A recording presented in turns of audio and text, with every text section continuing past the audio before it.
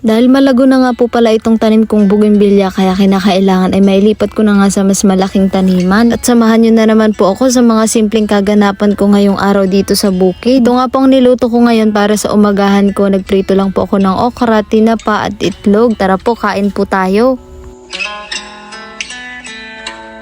At ayan, nagpicture nga din muna ako para may maipost. At pagtapos nga kumain, dumiretso na ako dito sa flowing para maligo. At habang naliligo nga ako dito sa flowing, napansin ko na marami nga na namang kalat dito na plastic. Kaya nagpulot-pulot nga muna ako ng mga nakakalat na plastic dito bago ko itinuloy ang pagligo ko. Bukod sa nagiging dahilan ito ng pagbaha dahil bumabara nga sa mga kanal na daluyan ng tubig. Pangit din kasi tignan ang kalikasan natin kung may mga ganitong palamuti. Iba pa rin kasi talaga yung ganda ng view kung ang makikita lang natin ay clean and green. Pang ilang ulit ko na nga rin itong nagpulot dito ng mga plastic. Sana nga sa susunod ay wala nang basura dito, lalo na nga yung mga hindi nabubulok na bumabara sa kanal. Naalala ko lang yung nag-comment sa isa kong video na nakakatawa nga raw yung pamilya ko dahil wala nga raw nakapag-aral sa amin dahil sa sobrang dami ko nga daw kapatid. Totoo naman po na marami kaming magkakapatid dahil 17 nga kami. Pero yung sinasabi nyo pong nakakatawa dahil ni isa ay walang nakapag-aral sa amin. Lahat po kami ay nakapag-aral. Yun nga lang, ni isa ay walang nakapagtapos ng pag-aaral. Dahil po yun sa mas mahirap na sitwasyon ng buhay namin dati nung mga bata pa kami ng mga kapatid ko. Pero kung ako po tatanungin nyo, hindi ko po ikakahiya na hindi ako nakapagtapos ng pag-aaral. Dahil kahit naman po gano'n na hindi naman po ako lumaki ng walang galang sa magulang, walang takot sa Diyos at walang pagmamahal sa kapwa at sa kalikasan. Isa na rin yun sa malaking ambag natin para sa lahat, lalo na nga kung may takot tayo sa Diyos, may diskarte at walang inaapakang kapwa. Dumating na nga rin po pala itong nabili ko sa TikTok na battery sprayer. Nako, tuwang-tuwa nga ako dito kung alam nyo lang dahil sa wakas ay hindi na nga ako mahirapan maglinis ng makakapal na damo dito sa bukid. Napakadali na nga lang nitong gamitin kumpara sa dating ginagamit namin nila papa dito sa bukid. Dahil ito nga nabili ko ngayon ay napakadali na nga lang nitong gamitin dahil may battery na nga ito at i-charge mo na lang kapag nga nalobat. Di mo na kailangan pang bombahin at hindi na nga sasakit yung balikat mo kakabomba habang nag-i-spray. At hindi na rin sasakit yung likod nyo dahil meron na nga yan pampalambot sa bandang likuran kapag sinikbat nyo na nga. At ayan, pag nga pala i-assemble nyo na, nandyan lang sa loob nakalagay yung mga gamit niya. At ayan, sa part nga na to, ina-assemble ko na nga rin para mamaya ay masubukan ko na nga din dahil excited nga ako dito sa sprayer na to. Alam nyo naman, mas mapapadali na nga yung trabaho ko. Yung dati ko kasing ginagamit ay hinihiram ko nga lang yun kay papa. Naku, napakahirap nga nun gamitin at ang sakit nga nun sa balikat at sobrang bigat pa nga. At dumating na nga rin po pala itong bigay sa akin ng Ledor Plant Bodies para may magamit nga ako sa pag-garden o sa pagtatanim. At para na rin may affiliate ako. Alam nyo naman, bukod sa vlogging kaya ako to ginagawa para makaipon nga ako ng para sa pangarap ko. Masasabi ko na malaking tulong din talaga ang pag-affiliate o paggamit ng social media. Nakadepende sa paggamit natin. Basta ako ginagawa ko to bukod sa para matupad ko ang mga pangarap ko, kundi para makapagbigay din ako ng inspirasyon at hindi makapagbigay ng masasamang impluwensya sa maraming tao. Ito ang garden gloves nila, sobrang nagustuhan ko dahil siguradong hindi na nga madudumihan yung kamay ko dito kahit magkutkot nga ako ng lupa. Meron na nga siyang ganyan at nagustuhan ko pa sa gloves na to, makapal at matibay kaya siguradong tatagal na ito sa akin. At ang isa ko pang nagustuhan sa Ledor Plant Bodies, mura nga lang yung mga item nila doon kaya kapag may kailangan nga ako sa garden sa kanila nga ako madalas bumibili. Ayan, at ililipat ko na nga itong tanim kong bougainvillea. Napakabilis lang ngayon malago na kaya kinakailangan ilipat ko na nga sa mas malaking taniman. Nung tinanim ko nga ito, sobrang liit lang na sanga at hindi ko nga akalain na mabubuhay. Ganda nga rin itong bagong pinaglipatan ko na gawa ng Ledor Plant Bodies dahil fabric breathable planting bag na nga ito. Kaya siguradong mas makakabuelo nga ang mga ugat ng tanim nating halaman dito. At dito nga kumuha ko ng lupa na ipandadagdag ko dun sa pinaglipatan ko ng bougainvillea dahil kulang nga yung lupa no. At tignan nyo, kaya ko nga nasabing nagustuhan ko itong gloves na suot ko mula sa Ledor Plant Bodies. Dahil makakapag-cultivate na tayo kahit walang gamit na kung ano, basta suot lang natin itong gloves dahil meron na nga siyang ganyan pwedeng pangkaykay ng lupa.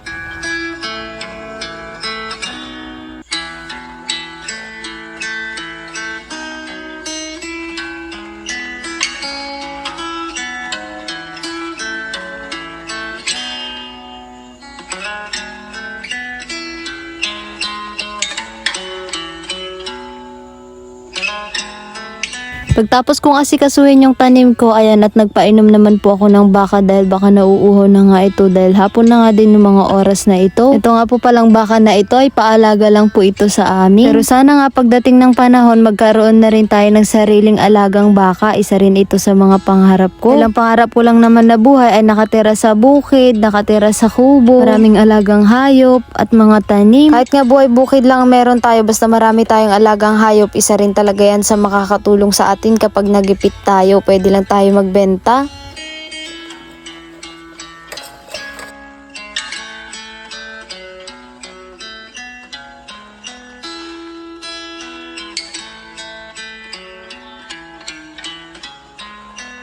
Nako, ito talagang si Paula, kahit saan ako magpunta, pasunod-sunod hanggang sa pagpapainom ko ba naman ng baka, ito nga sumunod sa akin. Pagtapos ko namang magpainom ng baka ito at sinubukan ko na nga din yung sprayer pagtapos ko ngang i-charge. Kailangan nga malinis na tubig muna ang gamitin at ayan, dito ko nga in-spray sa tanim kong talong para hindi naman masayang yung tubig, para madiligan na din. At dito nga talagang napapangiti ako habang ginagamit ko dahil first time ko nga makagamit ng ganito. Kung hindi na nga kailangan pang bombahin, napakadali na nga gamitin nito. Sobrang nakakatuwa lang dahil yung mga dating imposible na mabibili ko ngayon ay paunti-unti na nagiging posible at paunti-unti ko na din nabibili. Kasiyahan ko na rin po talagang makapundan ng mga gamit pang bukid. Meron nga po palang nagsasabi sa comment na ba't daw paulit-ulit yung sinusuot ko sa mga vlog ko. Nako, hindi naman po kasi ako mayaman para makabili ng maraming damit. At hindi naman po porke nagva-vlog ako ay mapera na ako. Ako po kasi yung tipo na hanggat pwede pa ay yun pa rin ang gagamitin ko hanggat hindi nasisira. At hindi ko rin po talaga hilig bumili ng mga luho-luho sa katawan. Dahil isa nga yun sa nagpapahirap lalo sa atin, lalo na nga kung wala pa tayong stable na pinagkukunan. Habang nag-spray nga ako dito, sakto naman na dumating na nga yung mag-aayos ng internet dahil nagkaroon nga ng sira ay sa wakas naman at makakapag-upload na nga din ulit ako ng mga vlog ko. Ano ba yan, hanggang dito na lang po muna ulit ang aking video. Maraming salamat po sa lahat ng tumapos ng video. Ingat po kayo lagi!